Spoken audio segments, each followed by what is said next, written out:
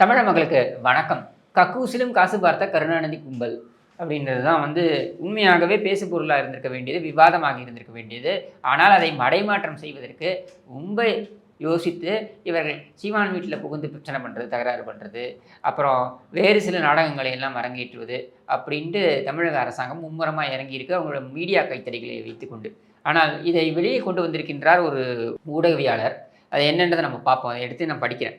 அதாவது சென்னையில் இருக்கக்கூடிய பொது கழிப்பிடங்கள், இந்த பொது கழிப்பிடங்களை பராமரிப்பதற்காக ஒதுக்கப்பட்டிருக்கின்ற அந்த நிதி அப்படின்றது பார்த்தீங்கன்னாக்க 8 மாத காலத்தில் திடீரென்று அதிகரித்திருக்கிறது. அதாவது 2022லேருந்து டெண்டர் கொடுக்குறாங்க, தனியார் நிறுவனங்களுக்கு டெண்டர் கொடுக்குறாங்க, தனியார் கான்ட்ராக்டர்களுக்கு தனியாக டெண்டர் கொடுக்குறாங்க. அப்போது ஒரு கழிப்பிடத்தை நீங்கள் சுத்தம் செய்வதற்கு, அதை பராமரிப்பதற்கு என்பதற்கு அவர்கள் கொடுக்கின்ற அந்த தொகை எவ்வளோன்னு பார்த்தீங்கன்னாக்க, நாளொன்றுக்கு கிட்டத்தட்ட ரூ. 363 என்று வருகிறது. ஏன் அப்படின்னா, கிட்டத்தட்ட 430 கோடி ரூபாய்க்கு இதற்கு ஒதுக்கீடு செய்திருக்கிறார்கள்.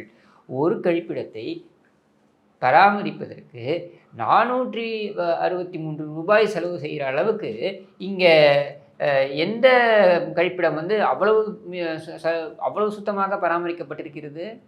மிகப்பெரிய நட்சத்திர ஹோட்டல்களுக்கு நீங்கள் போனீங்கன்னா கூட அங்கே பராமரிப்பதற்கான செலவு அப்படின்றத பார்த்தீங்கன்னாக்கா, நான் சொல்கிறது ஒரு இப்போ உம்மடி பங்காரு மாதிரியான அல்லது நேச்சுரல்ஸ் மாதிரியான இந்த மாதிரியான நிறுவனங்களில் இருக்கக்கூடிய அந்த ஜிம் போன்ற அந்த நிறுவனங்களில் இருக்கக்கூடிய கழிப்பிடங்கள், அதை சுத்தம் செய்வதற்கு கூட ரூ. 100 மேலே ஆகாது. அது உயர் ரகமாக பார்க்கப்படக்கூடிய அந்த கழிப்பிடங்கள். ஆனால் இங்கே பொது கழிப்பிடங்கள் இருக்கக்கூடிய கழிப்பிடங்களுக்கு நீங்கள் ரூ. 363 கொள்ளையடிக்க வேண்டிய அவசியம் இங்கிருந்து வருகிறது. அப்போ அதிலும் காசு பார்த்திருக்கிறீர்கள் அப்படின்னு தான் நம்ம பார்க்க வேண்டியதாக இருக்குது. இதில் அதிர்ச்சி அளிக்கக்கூடிய விஷயம் என்ன அப்படின்னா, மேலும் இது போன்ற கழிப்பிடங்களை பராமரிப்பதற்கு என்று 1157 கோடி ரூபாயை ஒதுக்கி இப்போது 2-3 நாட்களுக்கு முன்னர் சென்னை கார்ப்பரேஷன் மாநகராட்சி தீர்மானம் நிறைவேற்றியிருக்கிறார்கள் அப்படின்ட்டு. அதாவது 340 கோடி ரூபாய் ஏற்கனவே கொள்ளையடிக்கப்பட்டிருக்கிறது அப்படின்றத ஆதாரப்பூர்வமாக இங்கே வெளியிட்டிருக்காங்க. இதை தவிர்த்து இன்னொரு 1157 கோடி ரூபாய் இதுக்கு நீங்கள் ஒதுக்கீடு செய்கிறீங்கன்னாக்கா, கிட்டத்தட்ட 1700 கோடி ரூபாய் நீங்கள் இதில் காசு பார்க்கணும் அப்படின்னு முடிவு பண்ணியிருக்கீங்க அப்படின்னு தான் எடுத்துக்க வேண்டியதாக இருக்குது. ஏற்கனவே சென்னை மாநகராட்சி எடுத்துக்கிட்டிங்கனாக்க, வெள்ள நீர் வடிகால் அதற்கு 4000 கோடி ரூபாய் ஒதுக்கப்பட்டு அது வேறு வேறு பேக்கேஜுகளாக வழங்கப்பட்டது என்று சொல்லி, அது கடைசியில் பார்த்தீங்கன்னா 7 மணி நேரம் மழைக்கும் 24 மணி நேரம் மழைக்கும் கூட தாக்குப்பிடிக்காத அளவிற்கு, இத்தனைக்கும் பார்த்தீங்கன்னா இங்கே இருக்கக்கூடிய சுகாதாரத்துறை அமைச்சர் சென்னையைச் சேர்ந்தவர் மாசு சார், அவர் சொல்கிறார், எங்கேயுமே 20 சென்டிமீட்டர் மழை பெய்தால் கூட இங்கே நீர் நிற்காது அப்படின்ட்டுலாம் உதாரணம் விட்டுவிட்டு, ஒவ்வொருத்தரும் KN நேருவிலேருந்து ஆரம்பித்து மேயர் பிரியாவிலேருந்து ஆரம்பித்து முதலமைச்சர் அவர்களே ஆரம்பித்து வெள்ள நீர் எங்கேயுமே நிற்காது என்றெல்லாம் பேசிவிட்டு கடைசியில் 20 மணி நேரம் மழைக்கே சென்னை தள்ளாடியது அப்படின்றத நம்மளால் பார்க்க முடிந்தது. இப்படி அதில் 4000 கோடி ரூபாய் அடித்ததோடு அல்லாமல் இப்போ 1700 கோடி ரூபாயை நீங்கள் வெறும் கழிப்பிடத்திற்கு பராமரிப்பு என்கிற பேரில் நீங்கள் கொள்ளையடிக்கிறீங்க அப்படின்னா, மொத்தம் சென்னையை வைத்தே இவர்கள் சம்பாதித்திருக்கின்ற பணம் நமக்கு தெரிந்தே தெரியாமல் எவ்வளவோ இருக்குது.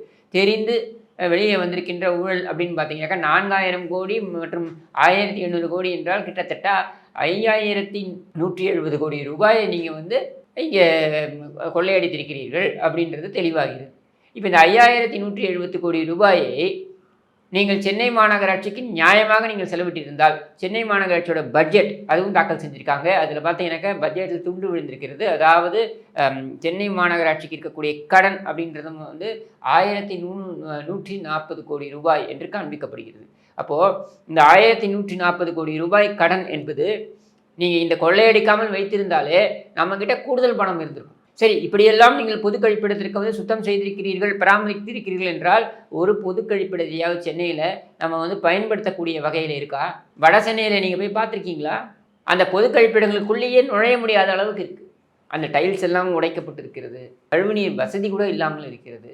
இப்படி ஒரு மோசமான ஒரு சூழலில் மெயின்டைன் பண்ணுறதுக்கு உனக்கு எதுக்கு 363 ரூபாய்? இதை யாருமே கேள்வி கேட்க முடியாது. ஏன்னா கேள்வி கேட்கணும் அப்படின்னா யார் கேட்க முடியும்? இன்றைக்கி இதை வைத்து கிழி என்று யார் கிழித்திக்கணும்? ஒரு RTI போட்டிருக்காங்க, தகவல் அறியும் உரிமை சட்டத்தின் கீழே அவங்க தகவலை வாங்கியிருக்காங்க. தகவலை வாங்கி வெளியில் கொண்டு இன்றைக்கி ஒரு நியூஸ் பேப்பர் தைரியமாக அதை வெளியிடுறாங்க. இன்றைய சூழலில் ஒரு மீடியா தைரியமாக ஒரு விஷயத்தை வெளியிடுவதே ஆச்சரியம், அபூர்வம். அப்படி இருக்கும்பொழுது ஒரு மீடியா இதை வெளியே கொண்டு வந்து வெளியிட்டிருக்கிறது. அதுவும் எத்தனை ரூபாய்? சாதாரணமாக ரூபாய் 2 ரூபாய் கிடையாது. 430 கோடி ரூபாய் கொள்ளையடிக்கப்பட்டிருக்கிறது. கேட்டால் நாங்கள் வெறும் நோட்டீஸ் கொடுத்திருக்கிறோம், நீங்கள் ஏன் பராமரிக்கவில்லை என்று கேட்டு நோட்டீஸ் கொடுத்திருக்கிறோம் என்கிறார்கள். இந்த நோட்டீஸ் கொடுத்துட்டா போருமா? உன் வீட்டு பணம் ஒரு ஒரு 10,000 ரூபாய் எவனாவது எடுத்துகிட்டு போயிட்டு சொன்ன வேலையை செய்யலை, சும்மா விட்டுருவியா? ஒரு 15,000 ரூபாய் நீ கொடுத்துட்ட, உன் வீட்டில் பராமரிப்பு வேலைக்கு ஒரு 15,000 ரூபாய் கொடுத்துட்ட, பெயிண்டருக்கு கொடுத்துட்டேன்னு வச்சுப்போ, அவன் வரவே இல்லை, சும்மா விட்டுருவியா? சட்டையை பிடிச்சி நீ கேட்க மாட்டியா? அப்போ ஊரார் பணம் என்றால் இப்படித்தான் நீங்கள் பயன்படுத்துவீர்களா?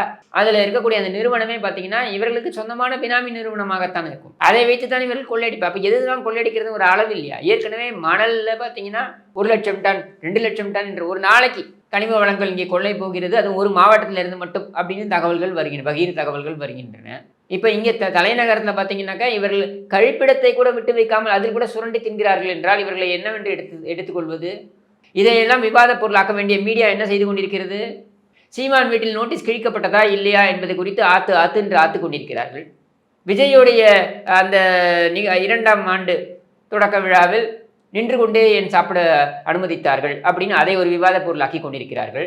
அதிமுகவில் செங்கோட்டையன் எடப்பாடி பழனிசாமி அவர்களுடைய பெயரை குறிப்பிட்டு விட்டார் அப்படின்னு அது ஒரு செய்தி. அது உடனே விவாதம். அதை வைத்து அவர் பெயரை குறிப்பிட்டு விட்டார். இதுக்கு முன்னாடி வெறும் பொதுச் செயலாளர் என்று தான் சொல்லி வந்தார். இப்பொழுது பெயரை குறிப்பிட்டு விட்டார், எடப்பாடி பழனிசாமி என்று குறிப்பிட்டு விட்டார் அப்படின்னு அதை வைத்து ஒரு நாலு அல்லக்கைகளை வைத்து ஆஸ்தான நிலைய விதுவான்களை வைத்து அது ஒரு விவாதம். இப்படிதான் விவாதங்களை நடத்தி கொண்டிருக்கிறது இந்த ஊடகங்கள். திட்டமிட்டே இதை செய்கிறார்கள். ஏனென்றால் இந்த ஊடகத்துக்கு போகக்கூடிய கையூட்டுகள், அதாவது இந்த ஊடகங்களுக்கு விளம்பரத்திலிருந்து ஆரம்பித்து டிஐபிஆர்லேருந்து வரக்கூடிய உத்தரவுகள், இதர வருமானங்கள் இதெல்லாம் அடிபடும் என்பதனால் இவர்கள் குத்தகைக்கு எடுக்கப்பட்டு விட்டார்கள். எப்படி நம்ம இந்த கூட்டணி கட்சி தலைவர்கள் சொல்கிறோம் இல்லையா, இந்த கூட்டணி கட்சி தலைவர்கள்லாம் விலைக்கு வாங்கி வைத்து விட்டது திமுக, தொண்டர்களுடைய மனநிலையை கூட பிரதிபலிக்காத அளவிற்கு இந்த கூட்டணி கட்சி தலைவர்கள் இருக்கிறார்கள் நம்ம சொல்கிறோம் இல்லையா. அதே போல இந்த மீடியா தலைவர்களையும் அந்த மீடியா தலைமையில் இருக்கக்கூடிய நிர்வாகத்தில் இருக்கக்கூடியவர்களையும் இவர்கள் குத்தகைக்கு வாங்கி விட்டார்கள். 2026 தேர்தல் வரைக்கும் இவர்கள் குத்தகைக்கு வாங்கப்பட்டு விட்டார்கள். இவர்களிடம் நீங்கள் நேர்மையான நியாயமான செய்திகளையோ விவாதங்களையோ மக்களை பாதிக்கின்ற விஷயங்கள் குறித்த விவாதங்களையோ நீங்கள் எதிர்பார்க்கவே முடியாது. இப்படியான ஒரு அசாதாரண ஒரு சூழலில் தான் நம்ம அடுத்த ஆண்டு தேர்தலை சந்திக்கவிருக்கிறோம் என்பதனை மனதில் நிறுத்தி கொள்ளுங்கள். தொடர்ந்து இவர்கள் உங்களுடைய உணர்வை வைத்து, நமது உணர்வை வைத்து விளையாடி கொண்டிருக்கிறார்கள். தொடர்ந்து நம்மை மடைமாற்றம் செய்வதற்கு என்னவெல்லாம் செய்ய முடியுமோ அதையெல்லாம் யாருடனெல்லாம் கூட்டு சேர்ந்து செய்ய முடியுமோ அதையெல்லாம் செய்கிறார்கள். இவர்கள் கூட்டு களவாணித்தனம் என்பது மீடியாவுடன், அவருடைய கூட்டணி கட்சிகளுடன், இதை கடந்து டெல்லியில் ஆள்வோருடன் என்று எல்லாரிடமும் பரவி இருக்கிறது. இதையெல்லாம் செய்து எப்படியாவது இந்த ஆட்சியை தக்க வைத்துக் கொள்ள வேண்டும். ஏனென்றால் இங்கிருந்து வரக்கூடிய வருமானம், அதான் நான் சொல்றேன், ஏற்கனவே ஆரம்பத்தில் சொன்னது போல கக்கூசை கூட விடாமல் களவாடி கொண்டிருக்கின்ற இந்த கும்பல், கேவலம் பிடித்த இந்த கருணாநிதி கும்பல் அதை தொடர வேண்டும் என்பதற்காக இதை செய்து கொண்டிருக்கிறது. இதை மக்கள் அடையாளம் காண வேண்டும் என்பதற்காகத்தான் இந்த காணொளி. நாம ஒவ்வொரு மக்களை பாதிக்கின்ற விஷயமாக இருந்தாலும், அது சீமான் வீட்டில் நடந்த விஷயமாக இருந்தாலும் அதை பற்றி நம்ம பேசியிருக்கோம்.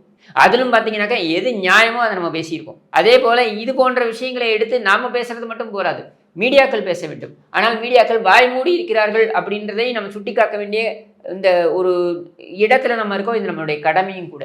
நீங்களும் என்ன பண்ணுங்க, அவங்களுடைய இந்த மீடியாக்கள் தேவையில்லாத நியூஸ் போடுறாங்கல்ல, அது கீழே போங்க, கமெண்ட் செக்ஷன்ல இவர்களை கேள்வி கேளுங்கள், தைரியமாக கேளுங்க. ஏன் நீங்கள் மக்களை பாதிக்கின்ற மக்களுக்கு தேவையான அந்த பிரச்சனைகளை நீங்கள் விவாதிக்க மறுக்கிறீர்கள் அப்படின்றதை அடித்து கேளுங்கள். அப்படி கேட்டால்தான் மக்களிடமிருந்து வரக்கூடிய அந்த ரெஸ்பான்ஸ் இருக்கு பாருங்க, நீங்கள் சொல்லக்கூடிய ரெஸ்பான்ஸ், நீங்கள் வைக்கக்கூடிய கேள்விகள், எதிர்வினைகள், இதையெல்லாம் வைத்தாலாவது அவர்களுக்கு சுரணை வருகிறதா என்று பார்ப்போம் என்று கூறி விடைபெறுகிறேன். நன்றி, வணக்கம்.